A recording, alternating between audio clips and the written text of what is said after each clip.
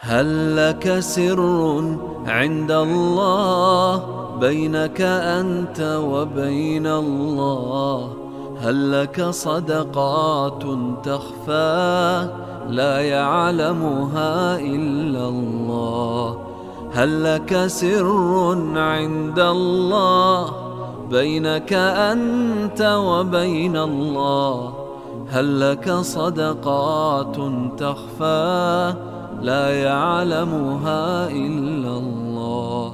قصص لا بسم الله الصلاة والسلام على رسول الله صلى الله عليه وسلم. يا رانتنا جماعة نور الشمسي دفتر يتيمة في وراه كقليل في كوبيستي أسجرتي الحمد لله. وانا كان خيري كان الدلو خنيف جموتش تكمنا رسول ربي واي صدقر أوقات بتمال جا. وعن عقبة ابن عامر رضي الله عنه قال: سمعت رسول الله صلى الله عليه وسلم يقول: كل امرئ في ظل صدقته حتى يفصل بين الناس. شفتم ما نماتو في ظل صدقته قادس صدقاء سنجلتها آية صدقاء الرانتنا خلتي دتبا في يتيم غرغارتي برو قادس سيفتاتي يجو حتى يفصل بين الناس هنگا نمهن جدوتي مرتين خنموتي جنتها في عذابني هنگا مرتين نمهن خنمي دلقا واني دلقا نمو مرتين سا خنمو فتي قادسة سنجلتها يجو قادسة مالي قادسة أرانتنا صدقاء خنتي نمد الدبا غرغاتي يتيم غرغارتي سنجلا تيسي حفورة بافتي يجو تناف نمو أرانتنا نتي واني أسرتي فيديو كرسني دبرسون فيسيسيف akka fakkeenya wal goranne namu bakka jiru yatiima isa cinaa jiru fi dadhabaa isa cinaa jiru akka gargaaruufi. Tanaaf khaduraan khannu jirtanis rabbiin isiniif halaffisu itti fufaa. Khammaan tana hin khanumaa'u hin khannutti hin jirres walirra lallaalannee akka khanninuun isiniin ja'a. والسلام عليكم ورحمة الله وبركاته. هل لك سر عند الله بينك أنت وبين الله؟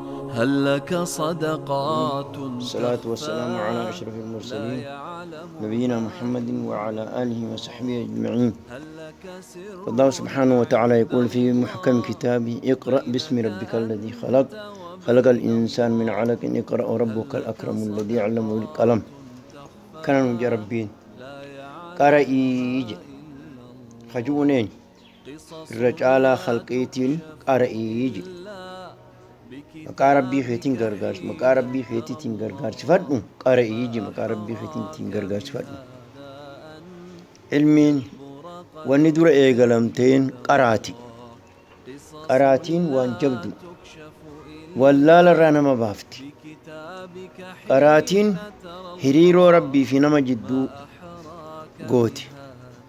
Ilmiin fayyaan ta'u ibaadaan namni godhu tam fayyaan taatu yoo ibaadaan يوك علم بيخين فجانتو بيكم سارت الأبد أكاسما غرغارسي نما دبا غرغارون هقاي ماهو دين إسلاما خيستي قودا قدا رقب قودا قدا رقب رسول صلى الله عليه وسلم أكاجو نمني هادي جوليس نرجراج هادي جوسن غرتي إسان تجاجلو نرجرتيج akkasuma ga ammaas harkaqeeliyyi yataamaa dadhabaa gargaaruun islaama keessatti qooda guddaadha qaba. Bakka guddaadha rabbiin islaaminaa keessatti kenneef.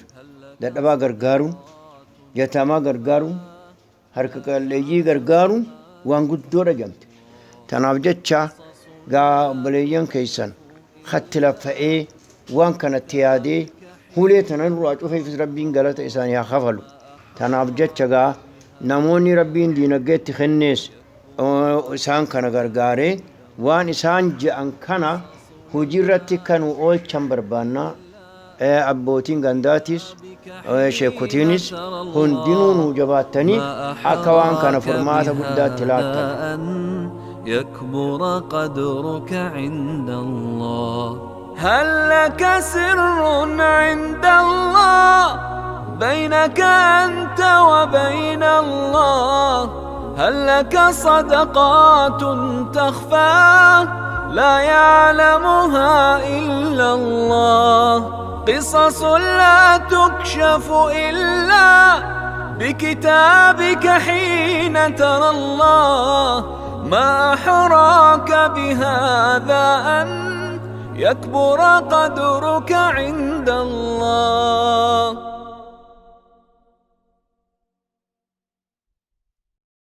ترى الله ما أحراك بهذا أن يكبر قدرك عند الله. قصص لا تكشف إلا بكتابك حين ترى الله. ما أحراك بهذا أن يكبر قدرك عند الله. هل لك سر عند الله بينك أنت وبين الله؟ هل لك صدقات تخفى لا يعلمها إلا الله؟ قصص لا تكشف إلا بكتابك حين ترى الله. ما أحراك بهذا أن يكبر قدرك عند الله. بسم الله الرحمن الرحيم. الحمد لله رب العالمين، الصلاة والسلام على رسول الله صلى الله عليه وسلم. السلام عليكم ورحمة الله وبركاته.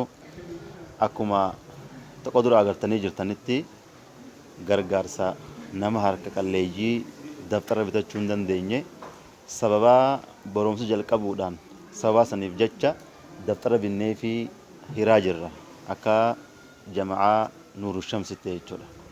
وني قدامين نما تكا قبيني غرغدا حقبو yoo khaanammoo qabeenya guddaa takka bikka birarraa dhufeen hagoone osoo hin tahin barattootumaan ifii nama hanga takka namarraa fuudhuudhaan waan godhame jechuudha. Wanni kun wayi nama agarsiisu fedhii hawaasni kun qaburra dhaabbatamee fedhii hawaasaa kana laalanii fedhii san guutuu danda'uudha nuuru shamsi ta'uudha nama agarsiiste jechuudha. Tun ammoo faayidaa guddaa bu'aa guddaa hawaasa jijjiirraa qabxii takka jaamtee laalamti. Tun waan guddaadha. waan bareedaadha waan bira namillee dhadhaabbatee jajjabeessuu barbaachisurraahi waan ta'eef namni khayrii tana keessatti siniin buufadha jedhu tana fakkaatu siniin buufadha jedhu nuuru shamsiidhaan nuuru shamsi unnamuun waan kana fayyadamuu danda'a. Arra barattoota kanaaf goone amma duraas gandaa hojii waliif gallee akka nuuru shamsitti soomana dabra keessatti hiruu turre jechuudha. Nuuru shamsii fi akka gandatti hiruu turre ruuzaa fi nyaata adda addaa jechuudha. Ammas akkasumatti daftara irra hirre guruus inshaallah waan takka laallee godhuun hawaasa gandaatiif hawaasa biyyaatiif godhuun keenyan haf yoo rabbi jedhee namni waan kana keessatti niin hirmaadha jedhu hawaasa kiyyaan binaan dhaabbachuu qaba jedhu hawaasa kiyya jijjiiruun qaba jedhu waan kanarraa akka qooda fudhattaniin isin asumaan dabarsa. Kanaaf khayrii fuula dura zalaalam namaa deemtu sadaqatul jaariyaa jaamti sammuu isaa jijjiiruun san daftara bittee fi akka inni qaroo godhuun hamma barnoota nama fayyadu sadaqatul jaariyaa waan taateef namuu waan fuuldurallee dalaguuf teenyu akka nu bira dhaabbattan isin gaafanna. السلام عليكم ورحمة الله وبركاته. ما أحراك بهذا أن يكبر قدرك عند الله.